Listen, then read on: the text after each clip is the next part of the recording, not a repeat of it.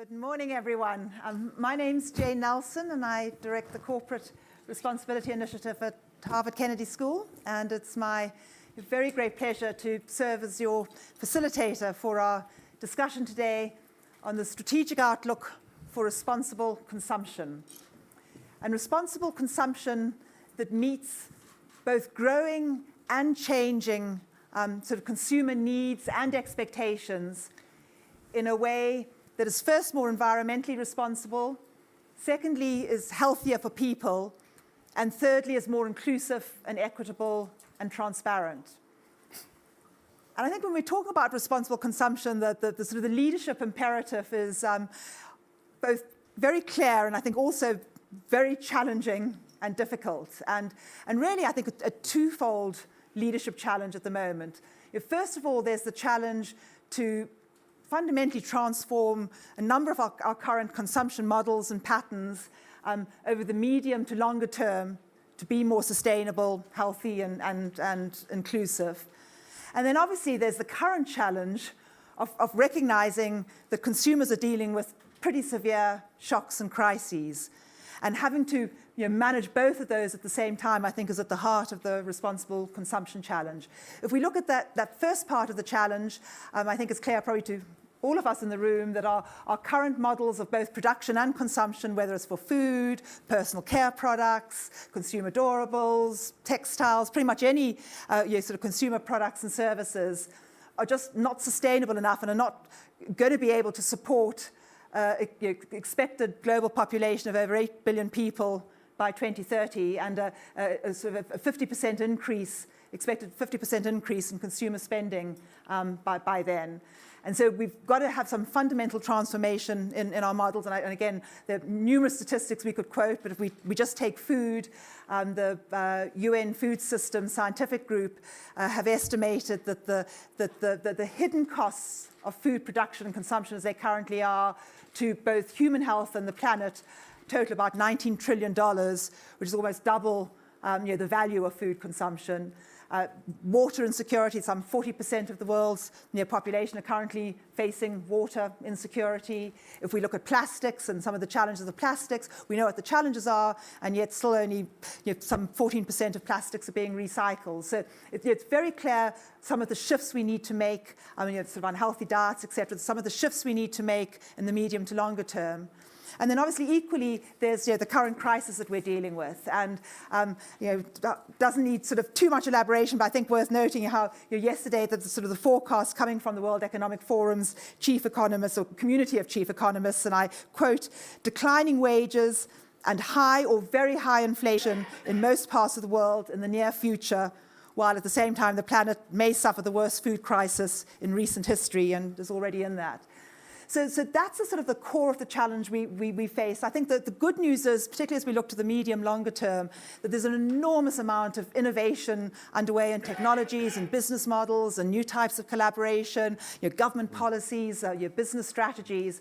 And that's really what we want to focus on the panel today. So not on the problems, but very much on the solutions as we move forward, particularly that more sort of medium-term approach. And we've got a wonderful panel to get the discussion going, and then we'll open up for questions and comments from the audience. I would like to just take the opportunity before introducing the panel to thank the Future of Consumption platform team and Zara and her team at the World Economic Forum for continuing to bring together these multi-stakeholder dialogues. So thank you for bringing us together. So without further ado, I'm to introduce my panel. So we've got Nicholas Hieronymus, who is the Chief Executive Officer of L'Oreal, one of the world's leading and largest consumer personal care brands. Gilberto Tomazini, who is the Chief Executive Officer of JBS, one of the world's leading food companies. Vivianne Heijnen, who is the Minister of Environment for the Netherlands and playing a very, very important leadership role there. So great to have you with us, Minister. And then Michael Evans, who is the President of Alibaba Holding Group, and as many of you will know, one of the world's leading and most innovative e-platforms and marketplaces. So great range across the sort of the consumer value chain. And without further ado, I'd like to sort of start our conversation and focus very much around sort of new types of innovation, and focusing initially on sort of science and technology and product innovation. And Nicholas, if we could start with you. I mean, L'Oreal was created over 100 years ago by a scientist, a chemist, 112 years ago to be accurate, by a scientist or a chemist. And so R&D and innovation has obviously always been at your core, but as you sort of look to the future, what are some of the major science and technology innovations that you're most excited about for driving responsible consumption? Well, there are many things that we're excited about, but I'll try to be brief. Well, first of all, as a reminder, L'Oreal is the leading beauty company in the world, and we sell around 7 billion products to 1 billion consumers that we try to make feel good about themselves and look better and feel better. And that gives us great responsibility in terms of responsible consumption. And innovation, as you say, rightfully is at the core of our model. 3% of our turnover is spent on R&D. And we focus on three areas. First is responsible innovation, and I'm going to say a few words about it. Second is responsible production. And finally is responsible consumption, because as it's obvious, consumers has a very important role to play in sustainability. So as far as innovation is concerned, I will give you a few examples. We spend a lot of efforts in improving the environmental footprint of our products. 96% of the products we launched last year had an improved environmental profile.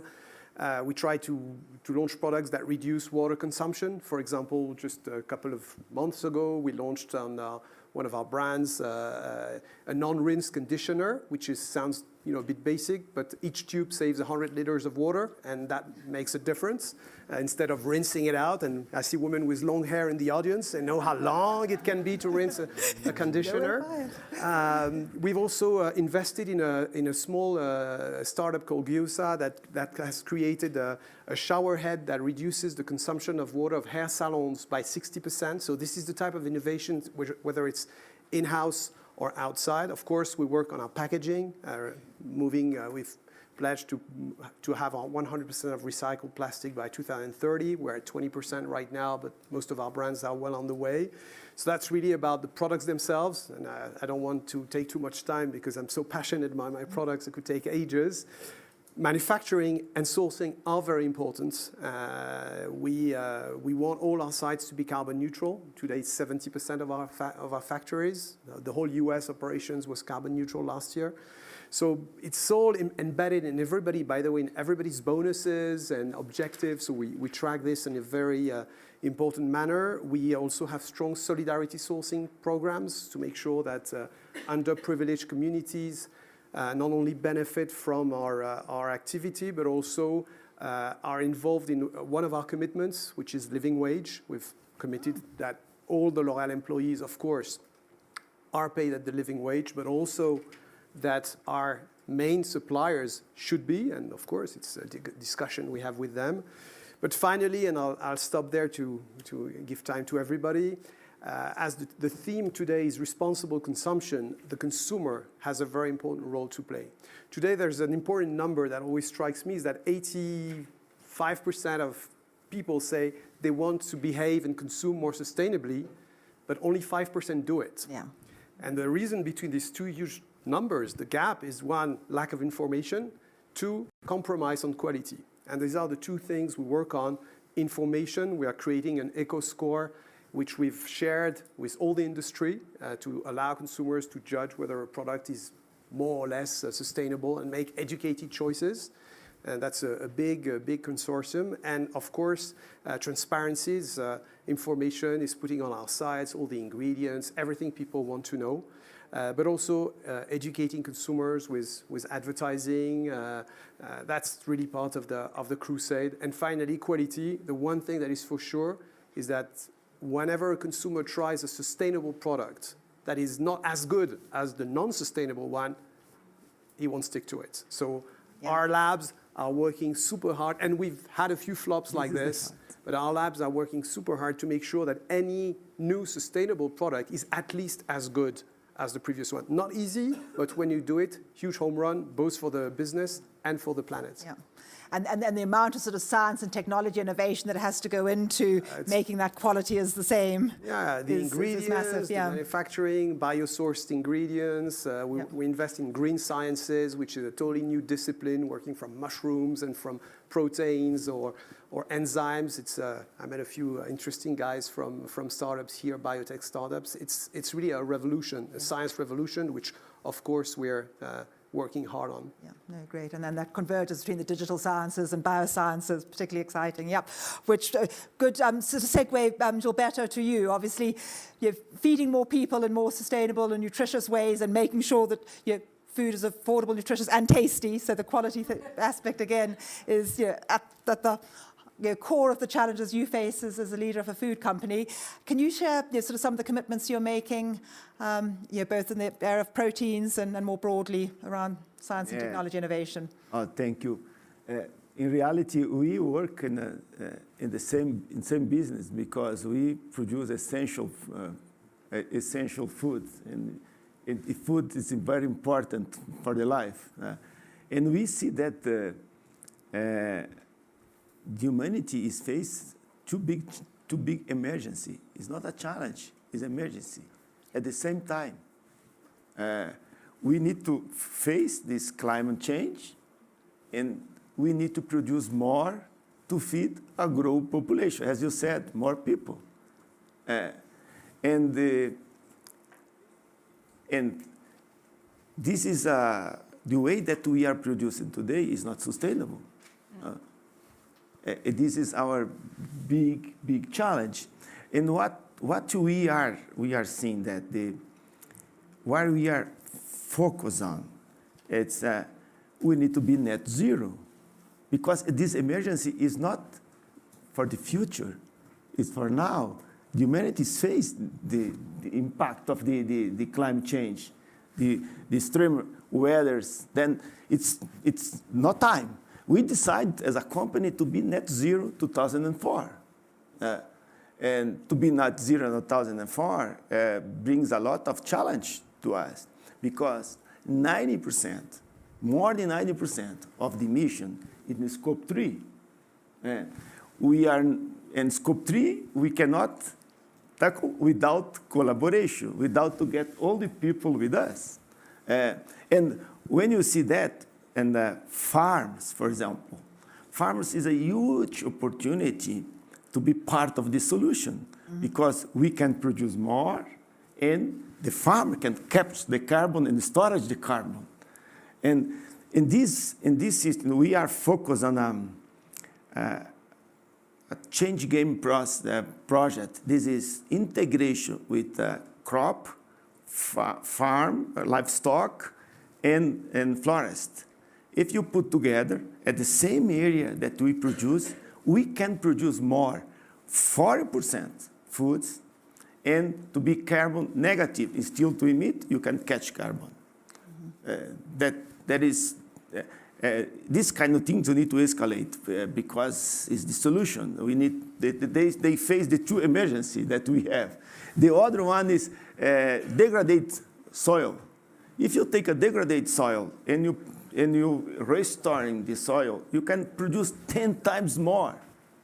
It's amazing the opportunity we have. And then our focus is to escalate. We put how you can escalate this, because this is a job for everybody to work together. But our side, we put 15 green offices to support the farmers for a more sustainable production, a more productive production. Because it's not, as you said, if it's not good like the first, they not take. The farmer is the same. If they're not more productive, they are changed the way to produce. That is to us. And the other part, you talk about innovation. We have a JBS Food Lab. We call co-lab because an open innovation. We go to the marketing, we launch our challenge, you get the answer. With this, we invest in plant-based. I mentioned to Vivianne that we are operating in Holland with Vivianne. It's a plant-based company. It's a big challenge because it should be healthy product, but product today is not healthier as a meat. And meat could be healthier if meat could be not a problem. Meat will be the solution because, as I say, the two examples before. And the other things we invest in cells. Yeah. So do I just quickly mention the cells, and then we'll come back and just okay. Next round, the cells we bought a company in Spain, a biotech. They prove they can produce in the pilot plant. Now we'll build an industrial plant. Mm-hmm. We have produced 1,000 tons for proteins, and we are putting a research center for biotechnology in Brazil to produce more other kind of product fermentation things. We believe that biotechnology is a great opportunity for developing innovation and help to close the gap to feed the world agro population. Yeah. And I think a key challenge there is it has the potential to fill the gap, and yet coming back to that consumer awareness and information, there's a lot of distrust in biotechnology, and I think one of the key challenges that is faced, particularly as it relates to foods, how we make those investments and also educate. So thanks, and some great examples there, Gilberto, and we'll come back more on that later. And Mike, sort of moving to you, I mean, you're obviously every day at Alibaba sort of enabling hundreds of millions of people to connect commercially, socially with merchants, with each other. What are sort of some of the sort of digital technology innovations you're most excited about? Okay, well, unlike JBS or L'Oreal, we don't manufacture products and we don't come up with cool new things because we're a platform that acts as an interface between consumers and merchants. So when we think about responsible consumption, we think, how can we play a role in that, working with both consumers and with merchants? And I'll give you a few examples, but I want to set the context for this so that you have a framework for understanding the scale of what we do. So we have about 1 billion consumers in China. We have 250,000 brands like L'Oreal on our platform. We have 10 million small businesses on the platform. We deliver about 80 million packages a day, and we have a very large cloud business that helps us keep track of everything that we're doing on that ecosystem.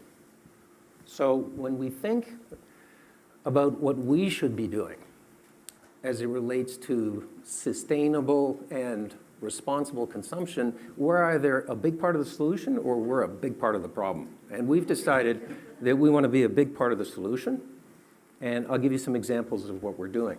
But remember, we're not producing or manufacturing products, so we're working as the interface. So one thing we do, and we do this very well, actually, L'Oreal is a leader on our platform in this, is that we want to sell green products. Now, that sounds easy. There's two problems. The supply of green products is actually quite limited. Most companies are not producing them, and the companies that are starting to produce them are relatively early in that process. The second problem is there are no industry standards that determine what is a green product for this industry and categories within the industry. So it makes it a little difficult for people to sort of pick up the guidebook and make a decision about what to do. But we work very closely with Nicholas and his L'Oreal team, and we actually help develop, and then we promote those products on our platform. And green products on our platform are going to become much bigger in the future. Second thing, what we call re-commerce, what you all would think of as secondhand products. We have a special app on our platform. It's called Idle Fish. Sounds better in Chinese, okay? What is Idle Fish? Idle Fish is where 20 million people go every day to buy secondhand products. Everything. More than 1 million products a day, more than 1 billion products last year. That business is growing incredibly fast. Why?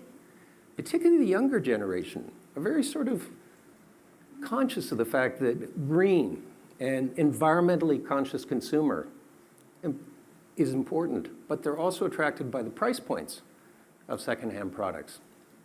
If we can get the younger consumers to start thinking about this, as they evolve on the platform, they're going to become responsible consumers for life.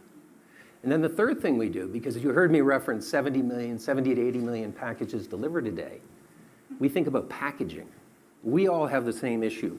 We get home and there are boxes and packages, and we think, what am I going to do with all this trash? Oh my goodness. First of all, packaging. We need to get rid of tape.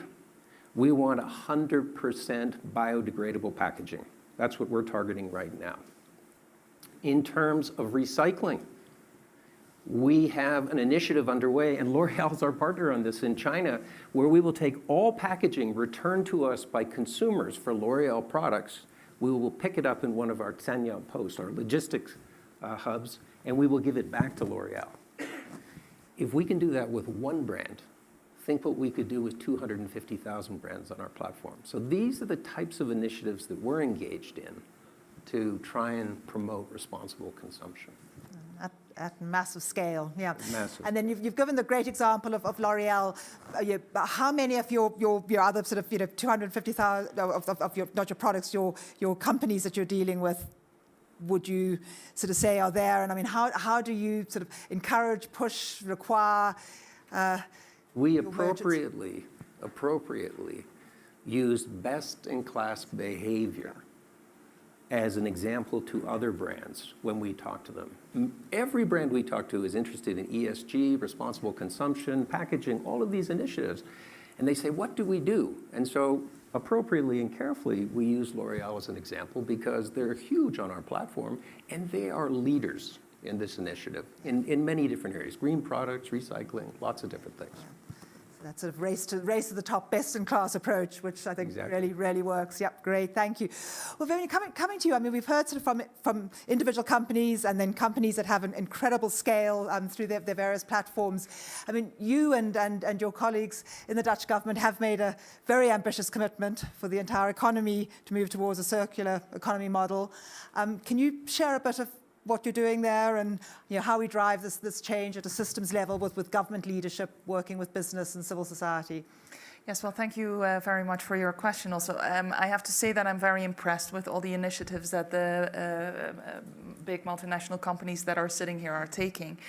And it really helps, for example, if Alibaba stimulates also smaller companies to think about the way they package their products and how you can reuse the packaging, because packaging is a huge part of our waste challenge. The Dutch government is very much committed to working towards a circular economy. It is a term that I haven't heard in this panel discussion, but I've heard it a lot during previous sessions, and I think that is also really the way to go. If you look at the way we are using up our resources at the moment, the world's resources, we're using up 2.7 planet Earth resources at the moment, which is not a sustainable way to go. So we have to think about reusing and making products in a way that you can take out certain, distract certain things. And this is something that we are very committed to as a government. We also try to stimulate innovation in that field. And when it comes to consumer awareness about also their role in this transition that we're going through, basically, it is very crucial because, of course, producers produce what consumers consume. And that means that consumers have a very big and important role to play in this whole transition towards a circular economy. We try to stimulate it also with awareness campaigns, and it can also come with certain policy. For example, we have put a tax on small plastic bottles, for example, but we also now will introduce a tax on single-use plastics for consumers, where they have to pay a contribution if they choose to use a single-use plastic, for example, a coffee cup, which often contains plastic without people even knowing it. So that will also help in, really trying to reduce waste in a very important way. If you look at single-use plastics in the Netherlands, we have 19 million uses of single-use plastics every day in the Netherlands alone. What we also try to do, and that is very important because, of course, the Netherlands is very ambitious, but we're also a very small country, as you know. And it's very important to share all the knowledge and information that we have. And I also hope that the multinationals who have innovation at their disposal also share their best practices with, for example, SMEs. And I'm very happy to hear that L'Oréal also tries to share the information that they have with other partners. And I think that is very helpful. Yeah, great. And I hope we can come back to that and sort of some of the partnerships that you're developing. And I mean, building on the sort of circular economy theme, I mean, Gilberto, both you and Nicholas, both your companies have made quite strong commitments to circular economy approaches. Gilberto, you sort of started telling us a bit about your approach, but do you want to add to that a bit and sort of what you're doing at a more sort of systems level? Perfect. We see circular economy as an opportunity for being more productive as a company, a more profitable company. We not see as an investment that we put, because there's a lot of opportunity to reuse the waste that I give you an example because I think example is better than other things. We invest in biodiesel. We use what is the organic waste we have. We produce biodiesel. We are the largest biodiesel company with the waste for the front in the world. The second, we are investing in recyclable plastic. 70% of the plastic is recyclable already in a plant. It's all of this business is an independent business. We are not put as a part of the we manage as an independent business there. It should be profitable and buy for one business, buy for the other. It's not anything to the that we give the free for that. Then wet the plastic, we are not able to recycle because some plastic, because it is a protection from the environment, from the infrared or light, it's not possible to recycle. Then we produce what we call green floor. We mix with cement when make a floors and we use it as a floor. The other one is an industry of peptides. We use the residuals that we have in peptides, and we produce collagen. This is an independent company. The other company, we produce electric energy. 20% of the energy we use in our operation in Brazil is for biomass, for our biomass. We produce, we recycle that. Yep. Then the other one is because this is part of our business, become the way to grow the business. And the other one is we invest in now it's just the biofertilizer. We produce biofertilizer with that with it. Excellent. So some really, really good examples of a circular model there. And Mike, back to you in terms of some of the business model innovations, and I know scope 3 has come up. I mean, I know you've got some interesting activities in that area. So we're doing some interesting things for consumers, for businesses, and then in our cloud business. There's a big energy user, cloud. So for consumers, we stated at our investor day in December 2021, we stated as a goal something that was a scope 3+ initiative, which was to take 1.5 gigatons of decarbonization by 2035. So gigatons, okay, 1.35 gigatons or 1.5 gigatons is about the equivalent of 350 million cars on the road for a year. Oh, wow. Okay? So just to put it in terms that we can all relate to. Okay? So how are we going to do that? That's like a daunting number, and we've committed to do that. So from a consumer standpoint, at billion consumers, we're developing through technology an ability for consumers to measure their own carbon footprint. What does that mean? That's where are they traveling? How are they traveling? What are they eating? What are they consuming on the platform? So individual carbon footprint tracker. Stay tuned. We don't have it operational yet, but this is something that we're working on. Second thing, we have set up on our platform products that will show what are the carbon emissions if you're buying them.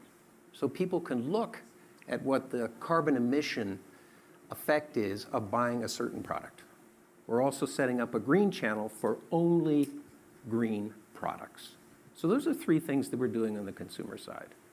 And they're pretty interesting, and one of them is going to go into play, particularly the green channel. We're going to see how well it works in our big promotion for June.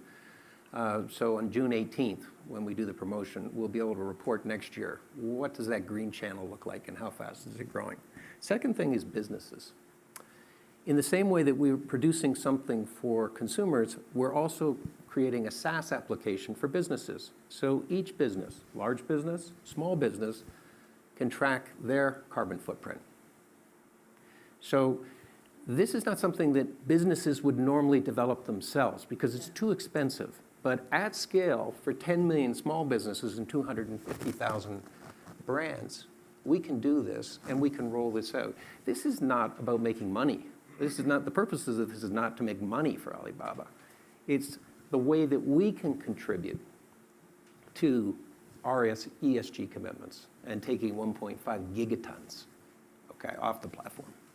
And then I think the third thing is we call it green travel. So we have within our business something called a map, which is a mapping, so think Google Maps or Waze, plus travel destination business. And so what we're going to do is allow people to first calculate the best route, the most efficient route, and also the most efficient form of transportation. And then if they take advantage of those recommendations, we'll give them bonus points that they can redeem elsewhere on our platform. Wow. So they're incentivized to do the right thing, even if they were provided with the opportunity to decide to do the wrong thing. So these are just a few of the things that you're going to see, I think, very visibly on our platform in the future, and that's the only way we can achieve that 2035 commitment. Great. So there's a circular element and also sort of a mutually reinforcing sort of incentivizing element. But I am going to open up to a few questions. So, but just before, I just want to quickly go to Nicholas, your sort of role of empowering consumers, 1 billion consumers. And also, Vivianne, if you could sort of say something about the Dutch Plastic Pact before we open up. And I see there's going to be a lot of people, so I'm only going to take, okay, one there, and one there. But we'll just hear from Nicholas first on consumer empowerment. Yeah. Well, I think as it was clearly stated by Michael, you have to give consumers information that allows them to make educated choices in terms of products. So, and also you have to help them understand how to change their behaviors, because we can only be agents of change if consumers are also agents of change. So typically, two examples I would mention. One, which is very easy to understand on product usage. We are developing refillable products more and more. So instead of buying a shampoo bottle every time or a fragrance bottle every time, you buy a beautiful packaging once and you get it refilled either at the store or buying a refill that you bring home. And that's something that not only you have to make happen, but you have to tell consumers about it and incentivize them about it. So the fragrance, if you just refill it, is much cheaper than if you have to buy a new bottle. So they have the best of both worlds, saving the planet and their money. And the other part, as I was mentioning, but I think it's worth elaborating a tiny bit on, is this product information labeling that we call Beauty Eco Score.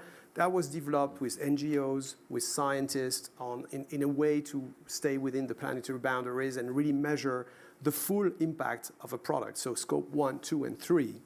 And we've developed that tool. We've started using it on some of our products, and that's great about having many brands that you can start experimenting on one and then expanding it and then sharing it with our competition. So when we had this tool, we went to see first a couple of our competitors, but that we know are very concerned about environment. I'm thinking of Unilever with Alan Job, who's here today in the forum. I went to see him and said, let's try to make this rather than a selfish tool that nobody will believe it's only L'Oreal, and share it with the industry. And we've created that consortium with now 42 other players. Everybody's there almost, and including retailers.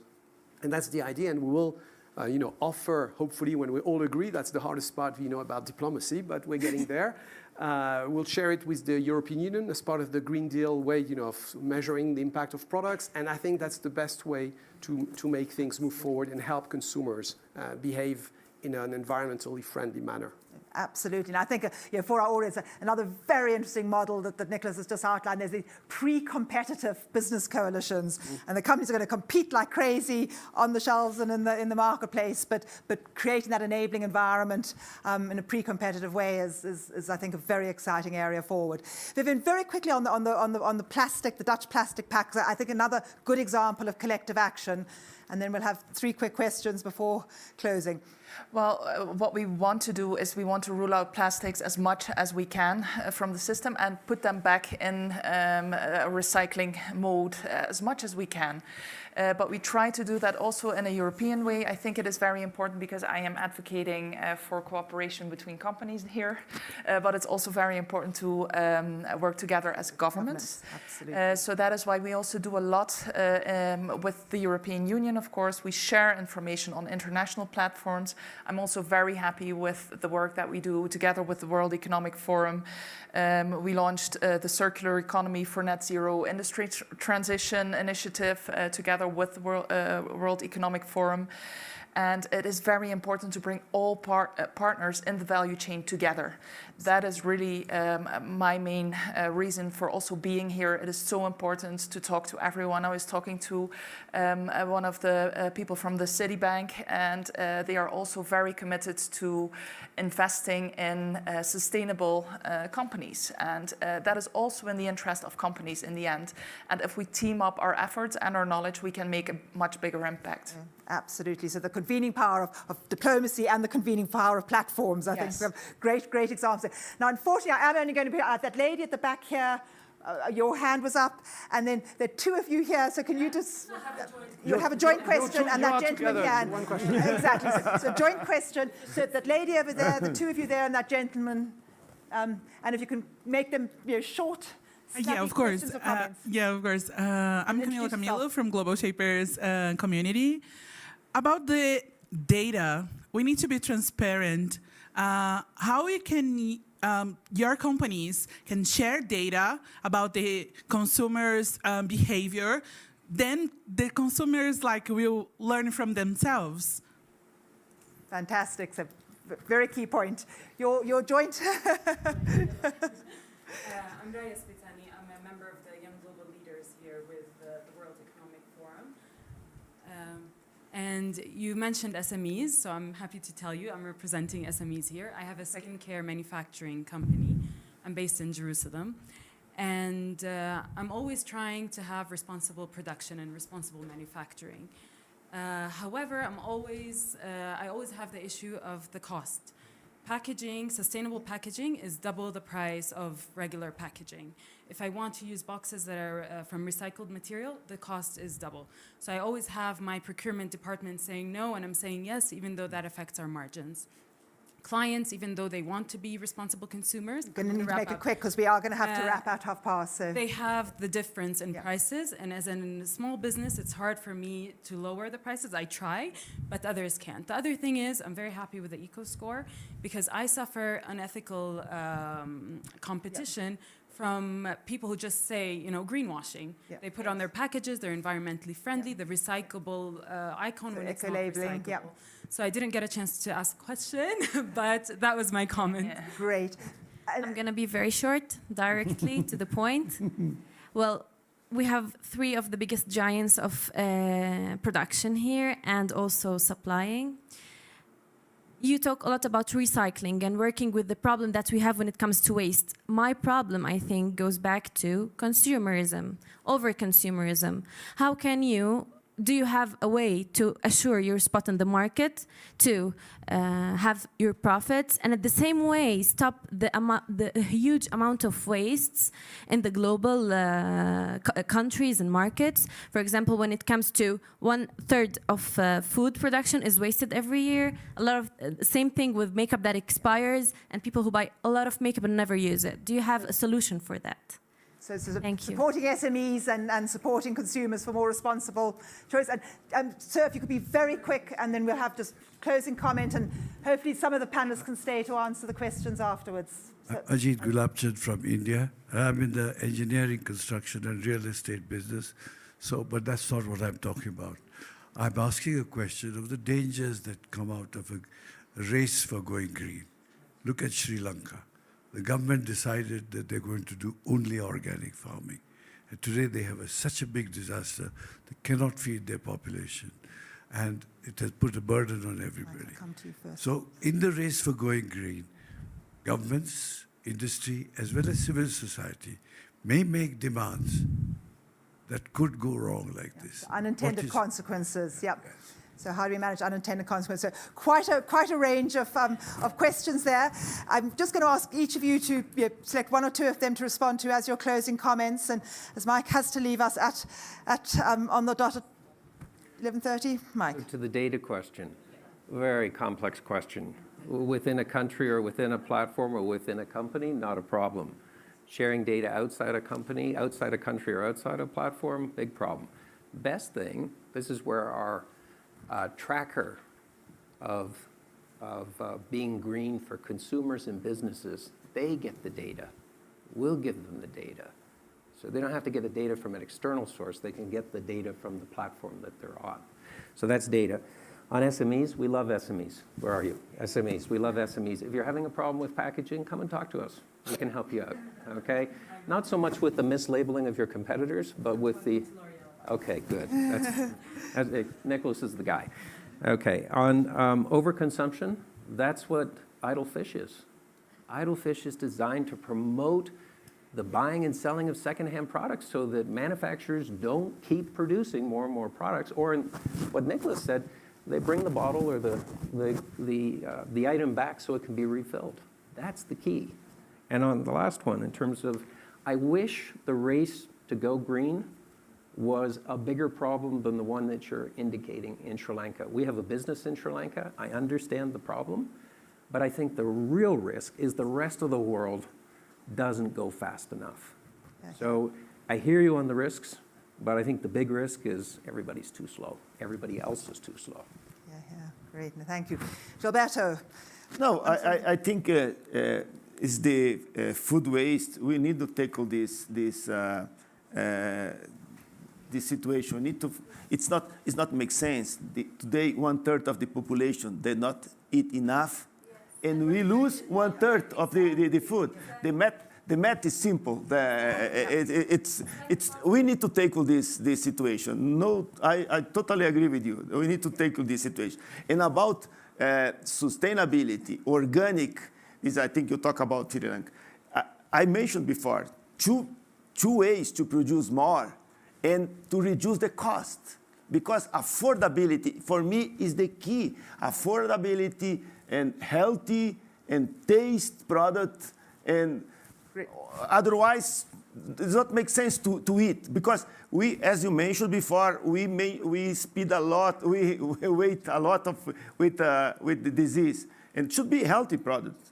Great. No, thank you. And to take it, and you can discuss it further. To manage the time is a challenge. Time is always a challenge, always a challenge. Nicholas, a closing comment from you, and then I'll come to Vivianne. Yeah, I'll be brief. First of all, on data, I think we obviously can't share personal data from consumers on their own behavior. That would be against any privacy law. But what we can do is be transparent, as Michael's saying, about the environmental footprint of our products, about the ingredients that we're using, packaging and let consumers make educated choices, plus show them through advertising, through tutorials, how to behave more sustainably. So I think that's the way to go. As far as your problem with the cost of sustainable material, it's true. But we do not have a choice. But the choice we have is that you can reduce the packaging at the same time you're switching to more expensive materials. If I take an example, when we switch to PCR plastic for our shampoo bottles, it's more costly, but then we reduce the weight of plastic, because when 5 years ago consumers wanted absolutely very thick, heavy, shiny plastic, today if it's soft, it looks like a bit handcrafted, I think it's good. So you can actually, the consumers are changing, and you can offset your cost increases through probably reduction of the amount of packaging, which is what we do. And finally, as far as waste is concerned, and I'm not going to repeat everything Michael said, but it's consumers' choices, and then refill, recycle, and use platforms such as Alibaba to make sure that things are not trashed or destroyed. Yes. Closing comment and call to action from you, Vivianne. I think it's very important. You were talking about greenwashing, so we have to look at objective quantification, and we have to do that in cooperation with producers, for example. And I was at a meeting from PACE, which is focused on looking into circular economy quantification. And these are initiatives that are looking at objective quantification of data. So that will definitely help. And it is on the government's agenda, not only in the Netherlands, but greenwashing is something that we are very much aware of, and we have to combat it, because it's just not fair for producers who are really green. And when it comes to your point about feeding the population, for example, we are going through a systemic change, and that requires a big responsibility also from governments. And one of our big challenges is to take everyone along in this systemic change. Absolutely. And it means that we have to look at ways to do it step by step by not leaving people behind. So I think this is a very important point of attention. Well, thank you very, very much. I think great overview of sort of product innovation, systems model, business model innovation, and then those partnerships between government and business. Thank you very much to the panel, and thanks to our audience. Oh, sorry. Thanks, Mike. Thank you. That's yours. Let you run it.